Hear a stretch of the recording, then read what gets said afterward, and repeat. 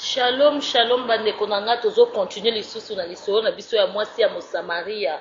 Tango akutanaki na Yesu Masia na Jean chapitre 4.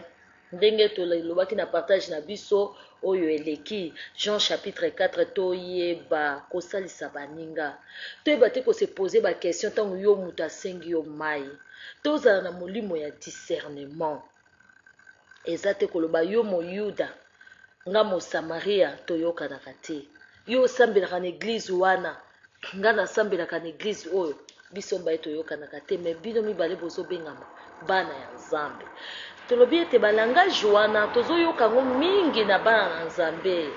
Balangage wana ava kosalisa mutu eza kaka te il faut mutu wana se soumettre pai na yo, ou bien il faut mutu wana azala na kati na ndako na yo, ou bien il faut mutu wana azala mwana na yo. Yango tozo rater ba bénédiction. Nzambe alobi pesa na liboko ya gauche ya droite eyeba te. Eza te kaka ndenge tozo mona balangage soki avant kaka yo soki oza chrétien il faut kaka opesa dîme. Opesa na yo dîme, mais soki pe moninga mosusu azosunga te aza na pasi okoki pe kopesa ye. Dîme eza mabe te mokoki pe kosunga pe oyo mosusu aza kosenga yo. Eza kaka te na église nde okoki kopesa. Eza kaka te ke yo tiki bandeko na yo basufraka, bandeko na yo okoma kokanga bango na sorcellerie, onga na kopesa bango te, bango baza na blocage, onga na kopesa bango te, bango baza na molimo ya servitude. Na kopesa kaka na église, na kosalisa kaka ba chrétien, bandeko na nga baza bandoki te. Ezali langage ya mwasi ya Mosamaria. Nga naza Mosamaria yo moyuda. Biso na bino toyokanaka te. Mbokotala mwasi wana kote ya komelaki. Me bango nyonso bandaki kotoka na libulu ya mai moko. Libulu ya mai wana ezalaki nani atikaki yango? Jacob. Jacob azalaki nani? Descendant ya Abraham. Yesu Masia azalaki descendant ya Abraham. Mosamaria wana pe mwasi wana azalaki descendant ya Abraham. Tozo welela nini? Tozali bana na Nzambe. Nga nasambelaka na CFMC.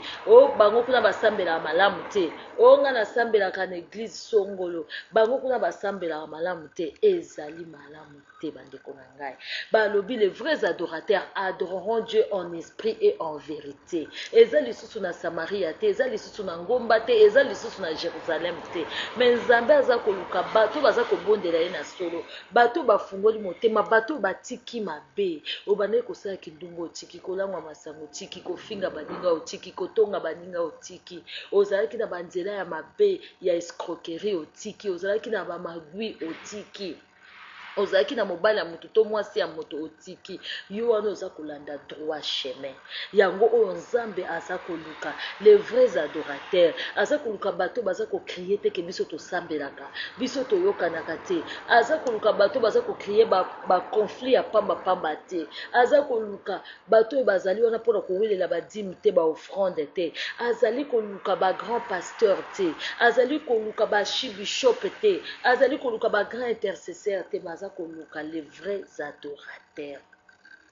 Soki tolekeni na musika okomona mwasi wana awa na verset tozwi na verset 11. La femme répliqua: Maître, tu n'as pas de seau et le puits est profond. Comment pourrait-il avoir cette eau vive? Notre ancêtre Jacob nous a donné ces puits. Il a bu lui-même et son eau. Il a bu lui-même son eau, ses fils et ses troupeaux en ont bu aussi. Pense-t-il être plus grand que Jacob? Jésus lui répondit: Quiconque boit de cette eau aura de nouveau soif. Mais celui qui boira de l'eau que je lui donnerai n'aura plus jamais soif. L'eau que je lui donnerai deviendra en lui une source d'eau jaillira la vie éternelle. La femme lui dit: Maître, donne-moi cette eau pour que je n'ai plus soif et que je n'ai plus besoin de venir puiser de l'eau ici. Omoni susu mama na likambo tango babandi kokita ye alobi na Yesu Masia: yo oza na kantini te, oza na eloko te, yo kotoka mai nini? Libulu ya mai ezali vraiment mozindo. Yesu ayebisi ye alobi soki oyebaki mabomba mi ya Nzambe, nde olingaki kutu kosenga nde ngai mai yomela mpo mai oyo ngai nakopesa yo ezali mai na bomoi oyo koyoka lisusu posa ya komela mai wana te. Soki oyebaki mutu oyo azali pembeni na yo, soki oyebaki le don de Dieu, soki oyebaki mabongisi ya Nzambe oyo ke Nzambe azolobaki l'amour partage, soki oyebaki au moins mwana na Nzambe ifo ozala na bolingo, soki oyebaki bo au moins pesa ekopesamela yo, okokabela sœur to frère na yo, okoyebaki soki napesi ye Nzambe akokanisela ngai, soki oyebaki ata makomi oyo Nzambe alobi ke pesa ekopesamela yo, olingaki kopesa nga mai. Bandeko na ngai totanga Bible, tokende ba méditation, tosala ba partage, totanga Bible, tokende na Galati 5 balobi ba fruit ya Saint-Esprit oyo ezali douceur, patience, amour. Soki oyebaki importance ya amour oyo Yesu atikelaki biso tolingana biso nyonso, okoki kofinga moninga na église te, ata voisine na yo te. Soki oyebaki oyo Nzambe atikela biso ya motuya ke tolingana biso nyonso, nde okoki na yo ata kosala makambo oyo mon frère ma sœur yo osalaka te, okoki kokende na magwi te. Soki oyebi ke Nzambe na biso atonda na nyonso, soki oyebi ke Nzambe na biso ye moto akela lola na mokili, okoki kokende na banganga te koluka mwana, okoki kokende na banganga te koluka mosolo, okoki kokende na banganga te po ete bapesa yo chance, okoki kokende koluka bafitilité te.